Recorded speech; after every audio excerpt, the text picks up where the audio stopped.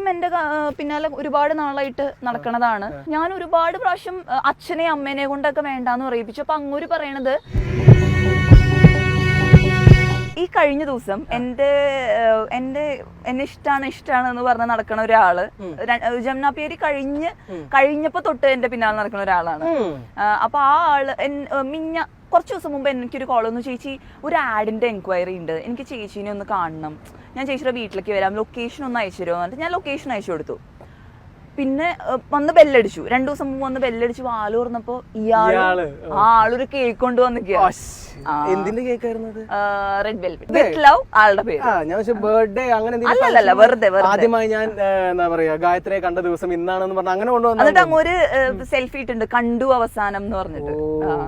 പക്ഷെ ഇതൊക്കെ ഭയങ്കര ഇത് ആക്ച്വലി ഇങ്ങനെ ഒരാൾ പുറകെ നടക്കുമ്പോ എന്താണ് ഫീൽ തോന്നുന്നത് ഉള്ളില്? എടാ നമ്മളെ ശല്യം ചെയ്യാത്ത സിറ്റുവേഷൻസ്, ശല്യം ചെയ്യാത്തിടത്തോളം കാര്യം ഒരു ഭയങ്കര നമുക്ക് പേടിയാവും അവസാനൊക്കെ.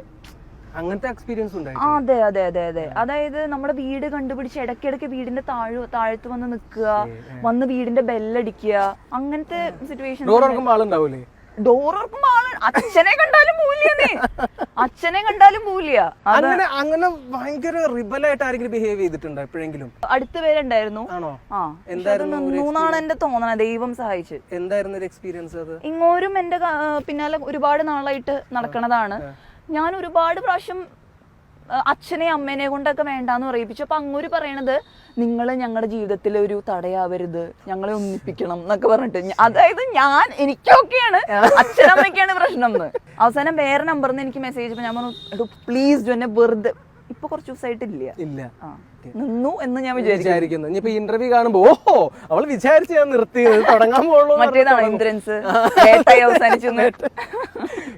ഈ വണ്ടി പെട്ടെന്ന് പഞ്ചറായി കഴിഞ്ഞാൽ അതിന്റെ പ്രൊസീജിയർ എന്തൊക്കെയാണെന്ന് അറിയാം? പഞ്ചറായിട്ട് ഈ വണ്ടി ഞാന് എന്താ പറയാ എറണാകുളത്തേക്ക് വരുന്ന വഴി എനിക്ക് ഓർമ്മയുണ്ട്, കൊരട്ടി സിഗ്നലിന്റെ അവിടെ വെച്ചിട്ട് ഒരാള് ബൈക്കിൽ പോകുമ്പോ എന്നോട് ഇങ്ങനെ കാണിക്കുന്നുണ്ട്.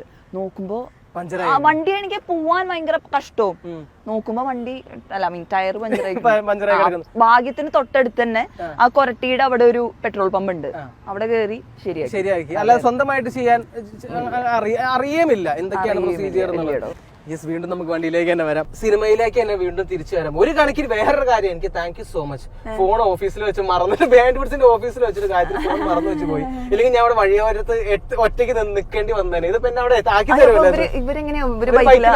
എനിക്ക് ആളില്ല പോവാൻ, അല്ലെങ്കിൽ ഞാൻ ഇതിന് ക്യാബൊക്കെ വിളിച്ചിട്ട് പോകണം. എന്തായാലും താങ്ക് യു. എനിക്ക് വേണ്ടി ഫോൺ അവിടെ മറന്നു വെച്ചതിൽ ഒരുപാട് നന്ദി. അല്ലെങ്കിൽ ഞാൻ ആ വഴി എങ്ങനെ പോവാ? ആണോ? കുസാറ്റ് വഴി അങ്ങനെ എനിക്ക് പോവാം.